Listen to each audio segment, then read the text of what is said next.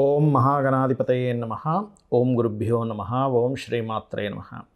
పరమేశ్వర స్వరూపమైనటువంటి జ్యోతిష, వాస్తు మరియు ఇతర అనేకమైనటువంటి శాస్త్రములను మనకు అందించినటువంటి మహర్షులకి నమస్కారం.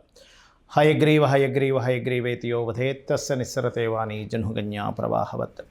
అరుణాం కరుణాతరంగితాక్షీం ధృతపాశాంకుశపుష్పబాణచాపాం అనిమాదిభిరావృతాం మయూకైః అహమిత్యేవ విభావయే భవానీం. శ్రీమాత్రే నమః.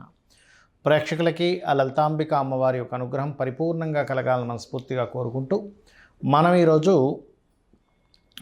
ఏప్రిల్ మాసంలో 12 లగ్నాల వారికి గుర్తుపెట్టుకోండి, లగ్నం తెలియని వారు రాశిని చూసుకోవచ్చు, ఏ విధంగా ఉండబోతుంది, ఏ విషయాల పట్ల జాగ్రత్త వహించాలి, ఏ దేవతారాధన చేసుకోవాలనేటువంటి విషయాలు చెప్తుంది నేనైనప్పటికీ కూడా చెప్పేస్తుంది సాక్షాత్ లలిత అమ్మవారిగా భావిస్తూ, ఈ నెల గ్రహస్థితి ఎలా ఉంది అని చూసుకున్నట్లయితే మనకి మేషరాశికి అధిపతి అయినటువంటి కుజుడు మూడో తేదీ నుంచి ఏప్రిల్ 3 నుంచి నీచంలోకి వెళ్తున్నాడు కర్కాటకంలో. వృషభంలో గురువు, అదేవిధంగా కన్యలో కేతువు, రవి మేషంలో 14వ తేదీ నుంచే మేషంలోకి మారుతాడు. 14వ తేదీ ముందుకి ఆ యొక్క శని, రాహువు, రవి, బుధ, శుక్ర పంచగ్రహ కూటమి నడుస్తూ ఉంటుంది. 14వ తేదీ నుంచి 4 గ్రహాలు కలిసి ఉంటాయి 12వ స్థానంలో. ఈ యొక్క గ్రహస్థితిని అనుసరించి 12 లగ్నాలు లేదా రాశుల వారికి ఏ విధంగా ఉంటుందనే విషయం మనం ఇప్పుడు తెలుసుకుందాం. తులాలగ్నము, తులారాశి. మీకు 6వ స్థానంలో షష్టగ్రహ కూటమి ఒక్క రోజులో చంద్రుడు మారిపోవడం వల్ల పంచగ్రహ కూటమి 14వ తేదీ వరకు 5 గ్రహాలు కలిసి ఉంటాయి. 14వ తేదీకి ఎప్పుడైతే రవి మీకు 7వ స్థానంలోకి ఎంటర్ అవుతాడో ఉచ్చస్థితిలోకి, అక్కడి నుంచి 4 గ్రహాలు ఉంటాయి. ఈ 6వ స్థానంలో ఉన్న అధిక గ్రహాల వల్ల ఉద్యోగ అవకాశాలు వస్తాయి చక్కగా. కాకపోతే ఉద్యోగ స్థానంలో, దశమ స్థానంలో కుజుడు నీచంలో ఉన్నాడు కాబట్టి అదే ఉద్యోగంలో కాస్త ఒత్తిడి కూడా పెరుగుతుంది, అందులో ఎటువంటి సందేహం లేదు. అలాగే ధనాధిపతి ధన సంబంధించినటువంటి విషయాల్లోని, ధనపరమైనటువంటి అంశాల్లోని కాస్త ఏమవుతుందంటే ఇక్కడ ఫైనాన్షియల్గా కొంతవరకు ఎవరికైనా అప్పుగా ధనం ఇచ్చేటువంటి విషయాలు, అందులో ముఖ్యంగా మీరు జాబ్ చేస్తున్నటువంటి కొలీగ్స్కి మనీ ఇవ్వడం, ఇట్లాంటివి కొంత ఇబ్బందిని ఇస్తాయి. అయితే ఈ దశమంలో కుజుడు నీచంలో ఉన్నప్పటికీ కూడా కొన్ని సందర్భాల్లో నీచభంగ రాజ్యం కూడా జరుగుతుంది గోచారంలో. అది ఎప్పుడు అంటే ఈ 2 నెలల పాటు ఉంటాడు.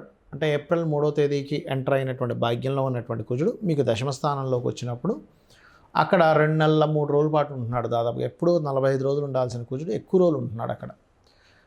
ఆ సమయంలో ఆ 2 నెలల చిల్లర టైంలో మీరు పర్టికులర్గా కొన్ని నక్షత్రాల్లో చంద్రుడు సంచరించేటప్పుడు, అంటే ఆ రోజు ఆ పలానా నక్షత్రం ఉన్నప్పుడు ఆ కుజుడు ఇచ్చే ఫలితాల్లో మీకు కెరియర్ పరంగా గ్రోత్ ఉంటుంది. ఏ నక్షత్రాలంటే అశ్విని, మేషరాశిలో అశ్విని, భరణి, కృత్తికా నక్షత్రాల్లో చంద్రుడు ఉన్న రోజు, లేదా పునర్వసు 4వ పదము, పుష్యమి, ఆశ్లేష నక్షత్రాల్లో ఉన్నప్పుడు, మరియు అదేవిధంగా తులారాశిలో అంటే చంద్రుడు చిత్తా 3, 4, స్వాతి, విశాఖ 1, 2, 3 పాదాల్లోని, లేదా మకర కుంభరాశుల్లో చంద్రుడు సంచరించేటప్పుడు, అంటే మకర కుంభరాశుల్లో ముఖ్యంగా ఉత్తరాషాఢ 1, 2, 3 పాదాలు, శ్రవణ నక్షత్రము, ధనిష్ట, శతభిషము, పూర్వభద్ర నక్షత్రాల్లో ఉన్నప్పుడు కూడా చంద్రుడు మీకు కెరియర్ పరంగా మంచి గ్రోత్ని ఇస్తాడు అక్కడ. అంటే ఆ రోజుల్లో కనుక మీరు ఏదైనా జాబ్ కోసం ట్రయల్స్ వేసినట్లయితే యోగిస్తుంది, ఇది గుర్తుపెట్టుకోండి. హోమ్ లోన్స్ లభిస్తాయి. కాకపోతే కొంచెం ఈ సంతానంతో కొంచెం తెలియని చిన్న డిస్టర్బెన్సెస్ వస్తాయి, అది కొంచెం చూసుకోండి. సంతానం కోసం చేసే ప్రయత్నం విషయంలో కూడా కొంచెం ఈ ఐయుఐలు, ఐవీఎఫ్ లాంటివి చేయించుకునేటప్పుడు కొంచెం జాగ్రత్తగా చేసుకోండి. వివాహ నిర్ణయాలు తొందరపడి తీసుకోకండి, ఎందుకంటే సప్తమాధిపతి నీచ కాబట్టి. కాకపోతే ఇందాక నేను చెప్పాను పలానా నక్షత్రాలని, ఆ నక్షత్రాల రోజు కావాలంటే వెళ్ళి మాట్లాడుకోవచ్చు మీరు. ఇన్వెస్ట్మెంట్స్ చేసేటప్పుడు కూడా 12వ స్థానంలో కేతు గ్రహం ఉన్నందుకు ఇన్వెస్ట్మెంట్ చేసేటప్పుడు కాస్త చూసుకొని ఇన్వెస్ట్మెంట్స్ చేయండి. మీరు ఎక్కువగా కాళికా అమ్మవారి యొక్క ఆరాధన, కాల భైరవుడి యొక్క స్తోత్ర పఠనం ఎక్కువగా చేయండి.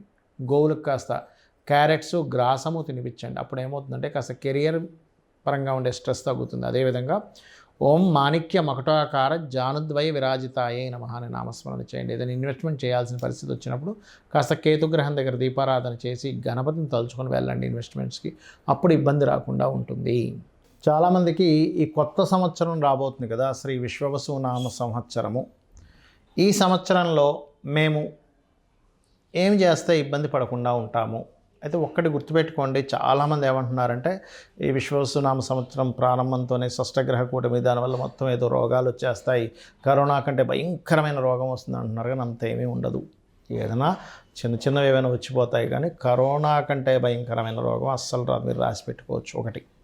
రెండవది ఏంటంటే ఇక్కడ గుర్తుపెట్టుకోవాల్సిన అంశం, కొత్త సంవత్సరంలో అసలు మీరు ఏమి చేస్తే ఇబ్బంది పడకుండా ఉంటారు. ఎందుకంటే ఒకవైపు మనం చూస్తున్నట్లయితే జాబ్స్ తగ్గుతూ వస్తున్నాయి. మనం ఆల్రెడీ 2.5-3 సంవత్సరాల క్రితమే అమ్మవారి అనుగ్రహంతో ప్రిడిక్ట్ చేయడం జరిగింది. జాబ్స్ సంబంధించినవి తగ్గుతూ వస్తుంటాయి. ఓన్గా చేసుకుంటుండాలి. ఏదైనా ఓన్గా మీకు మీరుగా ఏం చేసుకోగలరు పార్ట్ టైంలో, అప్పుడే మీకు ఫైనాన్షియల్ గ్రోత్ ఉంటుందని చెప్పుకున్నాం. అయితే ఇక్కడ నేను చెప్పేది ఒకటే, ఈ కొత్త సంవత్సరం మొదలుతో శని మార్పు వల్ల కొంతమందికి అర్ధాష్టమ శనులు, అష్టమ శనులు, ఏలినాటి శనులు వస్తూ ఉంటాయి. ఈ శని యొక్క ప్రభావం మీకు పాజిటివ్గా పనిచేయాలి అంటే ఒకటే గుర్తుపెట్టుకోండి, మీరు ఎట్టి పరిస్థితుల్లో కూడా మధ్యాహ్నం పూట నిద్రపోవడం చేయకండి. మీ పరిసరాలు నీట్గా ఉండేలా చూసుకోండి. ఇండ్లు కానీ ఆఫీస్ కానీ ధూళి దుమ్ము ఎక్కువ ఉండకూడదు. ఎక్కడైతే ధూళి దుమ్ము, బద్ధకము, నిద్రపోవడము, పోస్ట్పోన్ చేయడము, సరే వాళ్ళు చేద్దామని అనుకున్నది రేపటికి పోస్ట్పోన్ ఎవరైతే చేస్తూ ఉంటారో వాళ్ళకి ఖచ్చితంగా శని యొక్క ప్రభావం పెరుగుతుంది. దానివల్ల వాళ్ళు ఫెయిల్యూర్స్ ఎక్కువ చూస్తారు. ఒకటేంటంటే చాలామందికి ఉన్న అపోహ ఏంటంటే ఏలినాటి శని, అర్ధాష్టమ శని, అష్టమ శని అప్పుడు ఏ పని కాదనుకుంటారు. అది తప్పు. నేను మీకు గతంలో ఆల్రెడీ చాలా ఉదాహరణలు చెప్పాను. స్వర్గీయ ఎన్టీ రామారావు గారు కావచ్చు, చంద్రబాబు నాయుడు గారు కావచ్చు, జగన్ గారు కావచ్చు, ఎవరైనా సరే, పిఎం మోడీ గారి దగ్గర నుంచి కూడా అందరూ ఏలినాటి శనుల్లోనే పిఎంలు, సీఎంలు అయ్యారని. కాబట్టి మిమ్మల్ని ఎక్కడా కూడా మీ విజయాన్ని ఆపదు, స్లో చేస్తుంటుంది అంతే. అది మెయిన్గా గుర్తుపెట్టుకోండి. అలాగే నిద్రపోకుండా ఉంటుండండి. మధ్యాహ్నం పూట రాత్రి సమయంలో పడుకోవచ్చు, దానికి అభ్యంతరం లేదు. కాకపోతే యువకులకి మాత్రమే ఇది. చిన్నపిల్లలకి, ముసలి వాళ్ళకి, రోగిస్తులకి, స్త్రీలకి ఇది సంబంధం లేదు. ఎందుకంటే వాళ్ళు పొద్దున్నే నిద్ర లేచి కొన్ని పనులు ఉంటాయి, కొంతమంది అనారోగ్య సమస్యలు ఉంటాయి. అలాంటి వాళ్ళకి ఏలినాటి శని, అర్ధాష్టమ శని, అష్టమ శని నడుస్తున్నా వాడికి ఏమి ఇబ్బంది ఉండదు. ఇక రెండో విషయం ఏంటంటే చాలామందికి ఈ సంవత్సరం ఏం చేస్తే కలిసి వస్తుంది అనేటువంటిది ఒక ఆలోచన ఉంది. ఎక్కువగా గణపతి ఆరాధన. ఎందుకంటే న్యాచురల్ 5th హౌస్లోకి కేతు వస్తున్నాడు. గణపతిని ఎంత ఆరాధిస్తే అంత బాగుంటుంది. నిత్యము ఇంట్లో దీపారాధన, పంచోపచార పూజతో పాటు ఒక ఆలయానికి, ఏదైనా మీకు ఇంటికి దగ్గరలో ఉండే ఆలయానికి రోజు వెళ్ళిరండి. 100% క్లియర్ అవుతుంది. దీంతోపాటు శనివారము లేదా మంగళవారము కొబ్బరికాయ కొట్టండి ఆలయానికి వెళ్ళి, ఖచ్చితంగా మార్పు వస్తుంది. అలాగే మరొక విషయం ఏంటంటే ఇక్కడ మీరు అర్థం చేసుకోవాల్సిన విషయము, ఈ గోవులు ఉంటాయి, గోశాలకు వెళ్ళి గోవులకి బెల్లము తినిపించండి. 100% మీకు శని ప్రభావం ఏదైనా ఉన్నా సరే పూర్తిగా తగ్గుతుంది. వీటితో పాటు మీకు అసలు మీ జన్మజాతకంలో ఏ మహాదశ నడుస్తుంది, ఏ అంతర్దశ నడుస్తుంది, దానికి ఎటువంటి పరిహార మార్గం చేసుకోవాలి, ఇవి మీరు బాగా అర్థం చేసుకోండి. ఇది పర్టికులర్గా చూసుకోండి.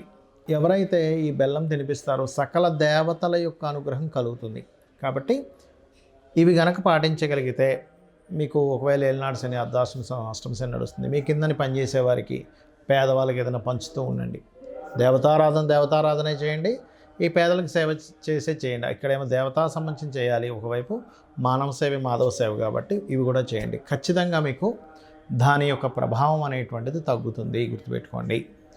ఇక మరొక విషయం ఏంటంటే మీ మహాదశ, అంతర్దశ పరిశీలనతో పాటు ఏదైనా గుర్తుకోండి, మీ గ్రహస్థులు ఎలా ఉన్నా ఇంట్లో కూడా కొన్ని మార్పులు చేసుకోవాలి. ఏమిటంటే ఉత్తరం వైపు ఎట్టి పరిస్థితుల్లో డార్క్ కలర్స్ లేకుండా చూసుకోండి, ఉత్తరం వైపు. అలాగే మరొక విషయం ఏంటంటే ఇక్కడ డార్క్ కలర్స్ లేకుండా చూసుకోవడం, ఉత్తరంలో కంప్లీట్ వైట్ కలర్ ఉండేలా చూసుకోవడం, ఆగ్నేయంలో ఒక చిన్న గ్రీన్ బల్బ్ పెట్టుకోవడము. సౌత్ సెంటర్లో బాత్రూమ్ ఉండకూడదు. సౌత్ సెంటర్, వెస్ట్ సెంటర్స్లో బాత్రూమ్ ఉండకూడదు. ఒకవేళ మీ ఇల్లు కనుక టిల్ట్ అయింది అనుకోండి, అప్పుడు వేరు, అది సౌత్ వెస్ట్ అవుద్ది. South west or west north west వైపే బాత్రూమ్స్ ఉండాలి, గుర్తుపెట్టుకోండి. ఆ బాత్రూమ్స్ ఉండే పొజిషన్స్ తప్పు ఉండడం వల్ల మీకు కెరియర్లో గ్రోత్ తగ్గడము, బెనిఫిట్స్ రాకపోవడము, ధనం, చాలామంది ఇళ్లలో ఉత్తరంలో బాత్రూమ్స్ ఉన్నప్పుడు ధనం నిలవకపోవడం జరుగుతూ ఉంటుంది. వాయువ్యంలో బాత్రూమ్స్ ఉన్నప్పుడు చాలా చిన్న ఏజ్లోనే అట్రాక్షన్స్కి గురవుతూ ఉంటారు. లేకపోతే బ్యాంక్ బ్యాలెన్స్ ఉండదు, వాయువ్యంలో బాత్రూమ్స్ ఉంటాయి. ఈ జాగ్రత్తలు తీసుకోండి. అదేవిధంగా నైరుతి బెడ్రూమ్లో క్రీమ్ కలర్ ఉండేలా చూసుకోండి. ఇవేంటంటే పర్టికులర్గా బేసిక్గా మీకు వాస్తుపరంగా కొన్ని కొన్ని విషయాలు మిమ్మల్ని బాగా సపోర్ట్ చేస్తాయి. తూర్పు, ఉత్తరం వైపు బాగా వెలుతురు ఉండాలి. నైరుతి వైపు వెలుతురు ఉండకూడదు. ఎందుకంటే అది పితృదేవతా స్థానం. అక్కడ పితృదేవతలకి వెలుతురు ఎక్కువ ఉంటే రారు, ఇంట్లో ఉండరు. ఎందుకంటే వాళ్ళు ఎప్పుడూ మన ఇంట్లో మన చుట్టూ ఎదురుతూ మనల్ని బ్లెస్ చేస్తూ ఉంటారు. ఆ బ్లెస్సింగ్స్ రాకుండా ఉంటాయి. కాబట్టి ఈ యొక్క విషయాల్లో జాగ్రత్తలు తీసుకోండి. మీరు ఈ విశ్వవసునామ సంవత్సరంలో అద్భుతమైనటువంటి ఫలితాలు చూస్తారు. అమ్మవారి అనుగ్రహం పరిపూర్ణంగా మీరు పొందాలని మనస్ఫూర్తిగా మరోసారి కోరుకుంటూ శ్రీమాత్రే నమః.